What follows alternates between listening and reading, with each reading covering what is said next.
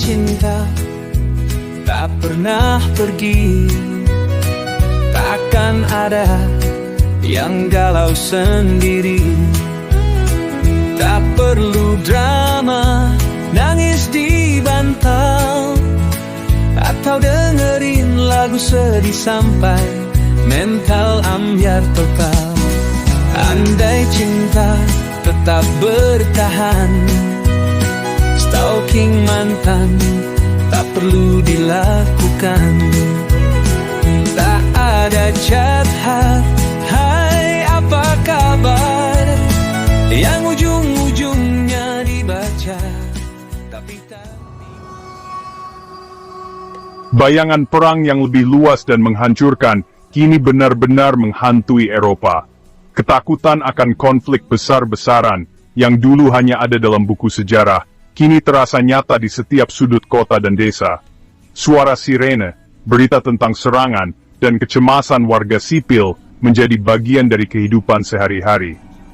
Konflik di Ukraina yang brutal dan berdarah telah menimbulkan pertanyaan yang mengerikan. Apakah ini hanya awal dari serangan Rusia yang lebih besar? Setiap hari, dunia menyaksikan kehancuran dan penderitaan yang terjadi, dan bertanya-tanya apakah ambisi Moskow akan berhenti di sini, atau justru meluas ke negara-negara tetangga.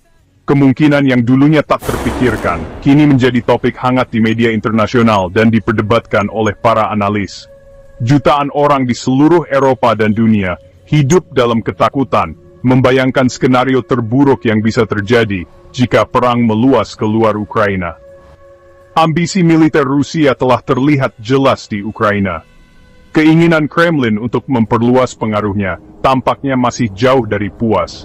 Banyak yang khawatir, langkah berikutnya bisa saja mengancam negara-negara NATO atau wilayah lain di Eropa Timur. Intelijen Barat menunjukkan bahwa Rusia sedang berkumpul kembali, memperkuat pasukan, dan mempersiapkan kemungkinan operasi militer baru. Para analis militer memperingatkan bahwa pergerakan ini bisa menjadi sinyal dimulainya babak baru konflik yang lebih luas.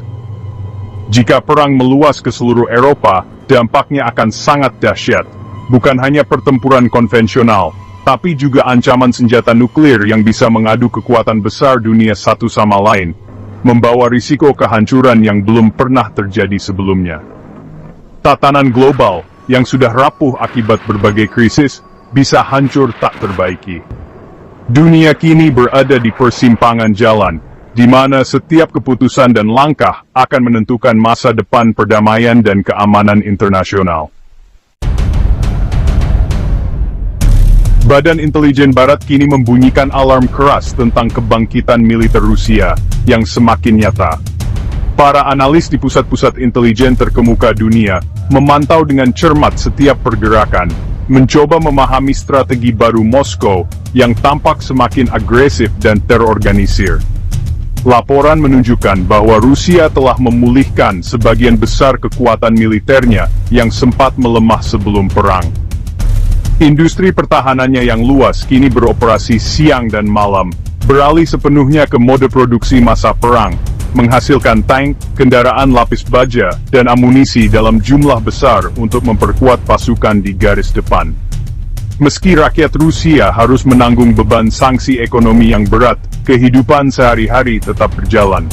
Namun, di balik itu, mesin militer Rusia terus bergerak tanpa henti, memperlihatkan tekad pemerintah untuk mempertahankan kekuatan dan pengaruhnya di panggung global. Berbagai senjata baru, mulai dari sistem rudal canggih hingga persenjataan konvensional, telah dikerahkan ke berbagai front. Pasukan dilatih secara intensif, sementara persenjataan nuklir tetap menjadi ancaman nyata yang tidak bisa diabaikan oleh dunia internasional. NATO, aliansi militer yang awalnya dibentuk untuk menghadapi ancaman Soviet, kini dihadapkan pada tantangan terbesarnya sejak era Perang Dingin. Dari negara-negara Baltik hingga pesisir Laut Hitam, pasukan NATO berada dalam kondisi siaga tinggi, memperkuat pertahanan dan meningkatkan patroli udara serta latihan militer bersama. Pertanyaannya kini semakin mendesak, apakah NATO benar-benar siap menghadapi kebangkitan militer Rusia yang begitu cepat? taruhannya tidak pernah setinggi ini, dan masa depan keamanan Eropa kini dipertaruhkan. Kekhawatiran NATO meningkat karena kemitraan Rusia yang berkembang dengan Korea Utara. Korea Utara telah menjadi pemasok senjata utama ke Rusia, termasuk rudal balistik canggih. Rudal-rudal ini dapat memungkinkan Rusia untuk menyerang target di seluruh Eropa, mengancam pangkalan dan pusat komando NATO. Sanksi Barat tidak banyak berpengaruh untuk mencegah aliansi ini. Dipicu oleh permusuhan bersama terhadap Barat, kemitraan ini semakin kuat. Implikasi bagi Finlandia sangat serius. NATO kini menghadapi tantangan besar dalam menanggapi kebangkitan Rusia dan aliansinya yang semakin erat dengan Korea Utara. Hubungan yang semakin kuat antara kedua negara ini telah menimbulkan kekhawatiran di seluruh Eropa dan dunia barat. Para pemimpin NATO pun harus mengambil langkah-langkah strategis untuk memastikan keamanan kolektif anggotanya di tengah situasi yang semakin tidak pasti. Untuk menghadapi ancaman ini, pasukan dan peralatan militer dalam jumlah besar sedang dikerahkan ke Eropa Timur. Latihan skala besar digelar secara intensif, melibatkan ribuan tentara dan berbagai jenis persenjataan canggih. Semua ini dilakukan untuk meningkatkan kesiapsiagaan dan memperkuat pertahanan di garis depan. Namun di balik persiapan tersebut, kekhawatiran tetap membayangi.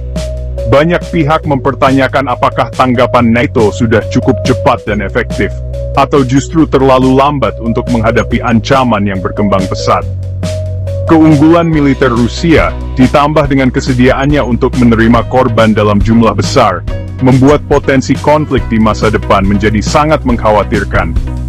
Jika terjadi perang, pertempuran bisa berlangsung lama dan menimbulkan korban jiwa yang besar. Di tengah situasi ini, anggota NATO sendiri masih terpecah. Sebagian negara mendesak agar aliansi mengambil tindakan tegas dan menunjukkan kekuatan militer secara nyata, sementara yang lain lebih memilih pendekatan hati-hati, menekankan pentingnya diplomasi dan dialog untuk mencegah eskalasi konflik yang lebih luas. Dengan ketegangan yang terus meningkat, aliansi NATO kini dihadapkan pada pilihan-pilihan sulit yang akan menentukan masa depan keamanan Eropa dan dunia. Konflik Ukraina telah mengirimkan gelombang kejut melalui ekonomi dan politik global. Perang yang lebih luas di Eropa akan menjadi bencana besar, melumpuhkan pasokan energi dan mengganggu rantai makanan. Gejolak ekonomi di Eropa akan dengan cepat menyebar ke seluruh dunia. Secara politis, perang yang lebih luas akan memperdalam perpecahan global dan membebani tatanan internasional. Kemampuan perserikatan bangsa-bangsa untuk menjaga perdamaian akan semakin terkikis. Dua karket keras dan batching in booth. Indonesia, meskipun jauh, tidak kebal terhadap dampak dari konflik Eropa. Perang di Ukraina telah mengganggu ekonomi Indonesia, meningkatkan biaya kebutuhan pokok. Perang yang lebih luas akan memperburuk masalah ini, mengancam pertumbuhan dan stabilitas. Tradisi non-blok Indonesia sedang diuji oleh risiko global ini. Sekarang, lebih dari sebelumnya, Indonesia harus menggunakan pengaruhnya untuk menyerukan perdamaian dan mencegah eskalasi. Akankah Rusia meningkatkan konflik menjadi perang Eropa yang lebih luas? Dunia sedang memperhatikan. Niat Kremlin masih belum jelas, tetapi taruhannya sangat besar. Bayangan perang yang lebih luas sekarang menjadi kemungkinan yang menakutkan. Pilihan yang dibuat dalam beberapa bulan mendatang akan membentuk masa depan Eropa dan dunia. Bagaimana menurut Anda? Apakah NATO melakukan cukup banyak? Apa yang harus dilakukan komunitas internasional selanjutnya?